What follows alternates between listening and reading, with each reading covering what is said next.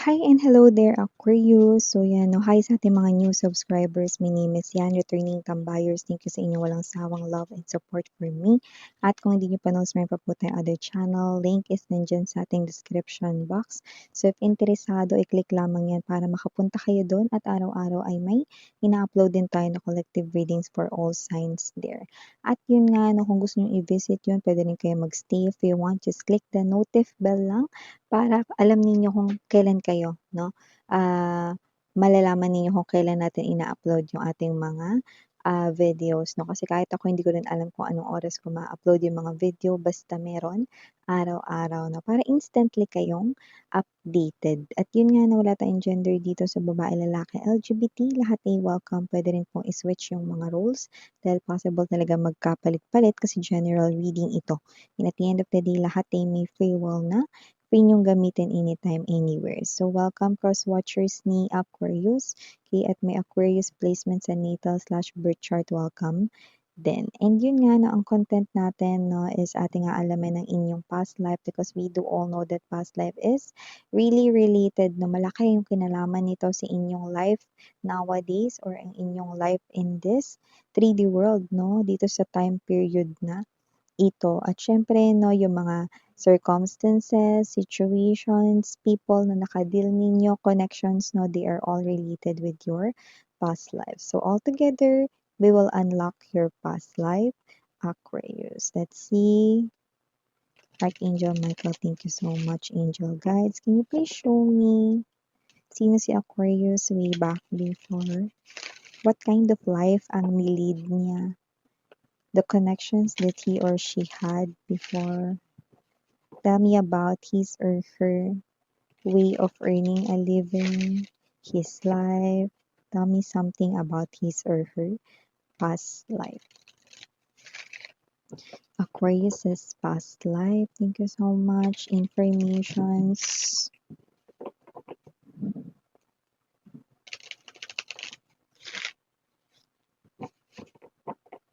Okay, so we have here Aquarius, the energies of Ten of Swords, Four of Swords,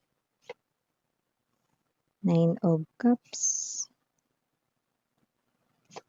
Ten of Coins, the World energy, Six of Coins, bottom of the deck, the High Priestess, Queen of Coins, the Empress.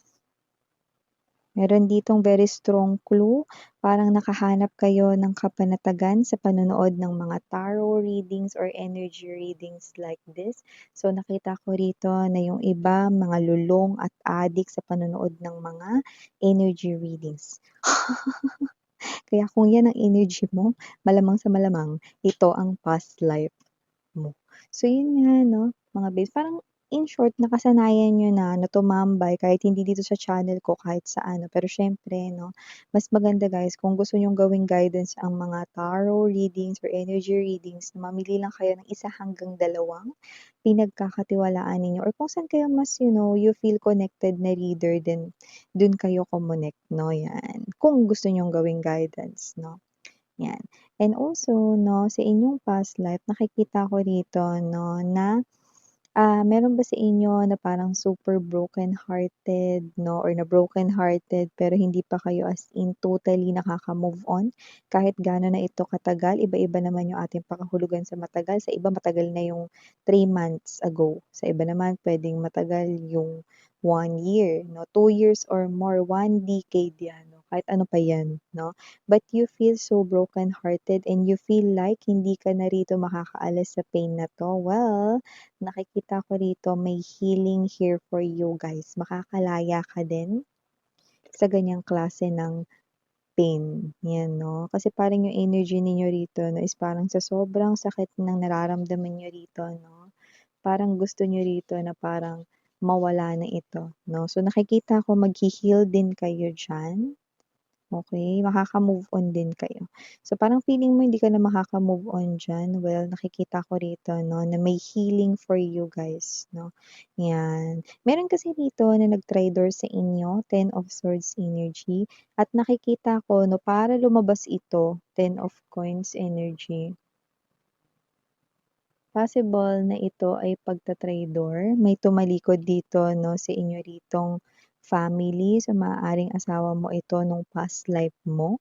Puwede rin naman mga babes na ito yung person 'no, na meron kayo ritong mga anak nung past life mo, pero tumalikod siya rito, trinidor niya kayo, in-end niya ang inyong connection 'no, at nag-end din, I'm getting that word shutdown, nag-shutdown din yung whole life mo, okey?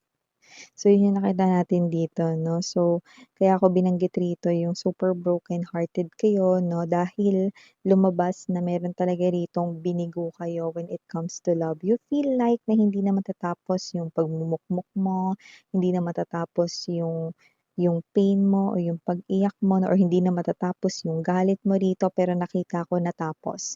I'm seeing new chapter right here for you guys 'no, because someone here is nakakita rito ng pagkakataon 'no, na makapagsimula ulit. Actually, may tumulong sa inyo with the Queen of Pentacles energy. Nakita ko 'no, na ito ay posibleng person 'no, na una ay nakatulong sa inyong pinansiyal dahil nakita niya rito na maaring kayo ay palubog, okey, or kayo rito 'no ay parang walang will to go on sa inyong life 'no, at posible na kayo ito na nakaka-experience ng struggle sa inyong pinansiyal 'no, dahil nga naapektuhan kayo ng sobra doon sa pag-alis or paglisan sa inyo ng inyong asawa nung inyong past life 'no. So, nakita ko naapektuhan ng inyo ritong mental at emotional na, state 'no. So, nakita natin dito 'no na may tao ritong nagmagandang loob, nagbigay ng advices at tumulong sa'yo. Talagang tinutukan niya yung pagtulong niya sa'yo 'no. So, nakita ko dito mga babes 'no na tinulungan niya kayo 'no dahil, yeah, may energy rin dun na parang gusto niya kayong makabangon, pero hindi ko nakita dun agad-agad na meron kasi siyang gusto sa inyo or whatever kaya niya kayo tinulungan or whatever 'no. But love comes after that, 'yan 'no. So, dun pa lang kayo nagkainlaban 'no, nung natulungan ka na niya na makabangon. Pero wala talaga siya ritong, gusto sa inyo 'no, right off the bat nung bago na kayo tinulungan 'no. So, nakita ko nga dito na kayo pa nga ang unang na-fall sa kanya 'no, dahil rito sa kanyang magandang pag-uugali. For some reason, meron ba ditong energy na either morena kayo or parang hindi naman kayo maputi, hindi rin naman kayo dark yung skin, parang tama lang. Okay, may gano'ng klase ng energy or baka ito yung ka-deal ninyo 'no, maybe that is one of the sign or clue na puwede ninyong i-watch out. Kasi, okey, etong tinutukoy na ito 'no, is someone here na nakikita ko 'no, na mami-meet mo, meant mong ma-meet ulit, Aquarius 'no, in this lifetime. Hindi siya kaputian 'no, hindi rin naman siya dark yung skin, tama lang, 'yan 'no. So, may gano'ng klase ng energy at kung sino siya, siya ay yung tao ritong makatutulong 'no, na maka-move on kayo sa inyong heartache and at the same time, para ma-improve ang inyong pinansiyal. Alam mo meron naman talaga kayo rito na sipag at tiyaga 'no, kaya lang talaga nalamon kayo rito ng lungkot 'no, because you were definitely na-depress, 'yan 'no, na-stress at nagkaroon talaga rito 'no, ng parang nag-shutdown talaga rito 'no, pati yung inyo rito na brain 'no, dahil hindi kayo nakapag-isip ng maayos 'no, yung iba, hindi na rito bumabangon 'no, ayaw kumilos 'yan 'no.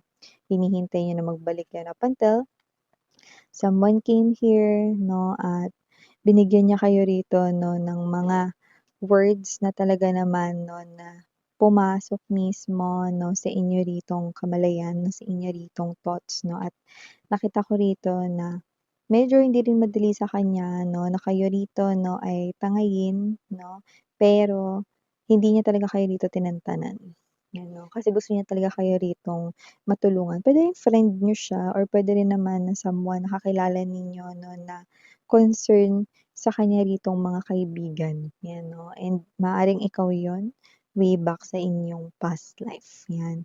So, nakita ko rin dito mga babes 'no, na With the Empress energy, okay, meron talaga ritong energy ng pagyaman 'no. Pagyaman doesn't have to be na magkakaroon ka ng ginto, pilak, o kung ano-ano man rito 'no. Ang energy ng Empress dito 'no, is yung energy na feeling mo is gumagaan na yung life mo, na wala ka ng problema 'no, and you will start to feel like that 'no. So, nakita natin dito na mawawalan na kayo rito 'no ng energy ng magbabago yung energy mo, wala na rito yung mga alalahanin ninyo, yung worries ninyo. Hindi niyo na rin iisipin rito 'no yung asawa ninyo 'no, na umalis rito at iniwan ng inyong family or iniwan kayo na may mga anak man kayo rito or wala 'no. And nakita ko rito na talagang nakabangon kayo with the Empress energy, okey?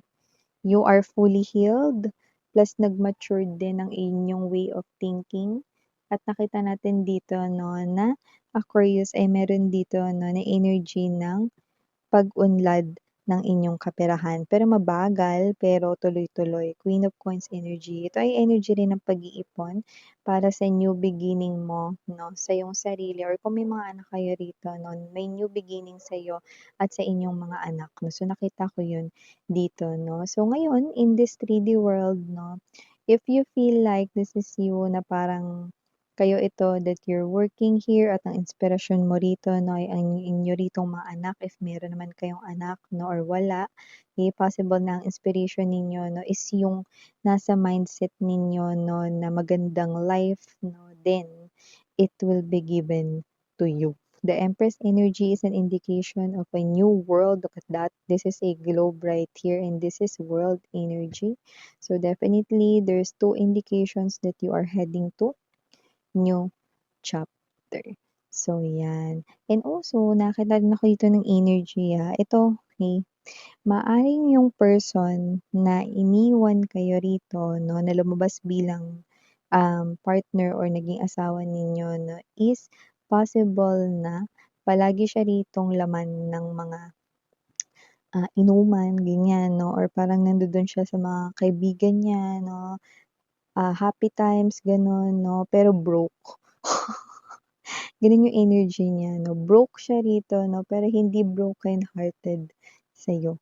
Broken-hearted siya sa money, 'yan 'no. So, parang ang problema niya rito 'no is money, yun ang nakita natin dito, okey. So, posibleng ito ay madalas na umiinom, naglalasing 'no, dahil may problema siya sa pera, okey. Puwede rin naman sa kaniyang trabaho mismo 'no, parang ang apektado rito ay ang kaniyang pinansiyal. 'Yan, 'no? At lumabas talaga dito na parang wala talaga siyang pakialam sa inyo, kasi nakita ko dito 'no, na meron siya ritong ibang, ayan 'no, pinagbibigyan ng kanya ritong oras at panahon. O yung iba naman problema niya yung pera kasi puwedeng lagi niyang binibigyan 'no, kung sino man yung ka-connect niya dito, 'yan 'no, Six of Coins energy. Okey, so may ibang napupuntahan yung kanyang pera 'no, to the point na parang naiinis na rin siya, baka maluho rin yung taong napuntahan niya 'no or baka yung taong nilipatan niya, 'di ba? So, may gano'ng klase na nauubos yung kita niya. In short 'no, parang siya ito 'no na nagiging, walking or naglalakad na wallet or ATM 'no para dun sa kanya ritong, kinakasama na parang gano'n na puwedeng maluho, materialistic, gano'n 'no. So, 'yan 'no, possible na makarinig ka rin ng balita mga bebs 'no na, siya ito 'no na may problema sa pera 'no, pero yung iba nakita ko dito na posibleng makita niyo siya, okey, at maaaring malaki ang kanya rito 'no, na ikinapayat. Kung hindi ikinapayat parang tumanda yung itsura niya, ano. Stress kasi siya, 'yan 'no. Miss-yansan 'yun, 'yan 'no. Sa 3D world ngayon babes 'no, maaaring makita mo ulit 'no, like random lang 'no, puwedeng habang nasa mall ka 'no, makita mo lang 'tong ex mo na 'to 'no, 'yan. Maaaring makita mo siya at masabi mo na, "Ay pumayat siya, ang laki ng pinayat niya," or kung hindi pumayat, puwede rin naman na parang nagmukha siyang matanda, 'yan 'no, may gano'ng klase ng energy or tumanda siya. Puwede ring both. May gano'ng klase ng energy, okey? So, kung sino man 'yan, 'yan mga babes 'no, 'yan ang na-accumulate niyang karma from you nung inyong past life, 'yan 'no. And yung iba sa inyo marami-rami pa rito ha, na wala pa sa life ninyo itong si Queen of Coins, okey, wala tayong gender dito, babae, lalaki, LGBT. Ibig lang sabihin nito, ito yung taong tutulong sa'yo na maka-move on ka, okey, sa iyong heartache and siya rin yung tutulong sa'yo rito 'no, dahil matalino 'to, eh, you know, tsaka magaling siyang maghawak or mag-handle ng pera. Puwede ring negosyante 'yan or businesswoman 'no, pero matalino siya 'no, mabait din, 'yun ang nakita natin dito 'no, may magandang ugali, hindi parang tahimik lang siya, parang 'pag hindi mo kinausap hindi rin siya o-open up 'no, 'yan 'no. Hindi naman 'yung to the point na tahimik na sobrang ano, hindi na magsasalita or whatever 'no. So, nakita ko rin dito na may time rin talaga na nagjo-joke din siya 'no, 'yan, bubbly rin siya, 'yan. So, parang depende, 'yan 'no, depende sa situation ng, mga pangyayari, 'yan. Okay? So, ito yung mga messages right here for you, Aquarius. Thank you so much again. I'm your Yana on me. Sarang Love and Light, Indiana Duna for the boys. And